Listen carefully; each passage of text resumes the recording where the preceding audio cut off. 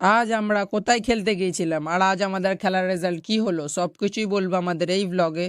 Hello guys, welcome back to a new blog. এখন বাজে দুপুর 2:30 আর আমিও ফুল রেডি হয়ে আছি খেলতে যাবো বলে, তাই দেরি না করে তাড়াতাড়ি বেরিয়ে পড়লাম। বাগানে বাইকটা রাখা ছিল আর বাগানে বাইক রাখলে এত জামরুল গাছের ফুল পড়ে যে কি বলি, তাই তাড়াতাড়ি একটু সিটটাকে ঝেড়ে নিয়ে বেরিয়ে পড়লাম আমরা।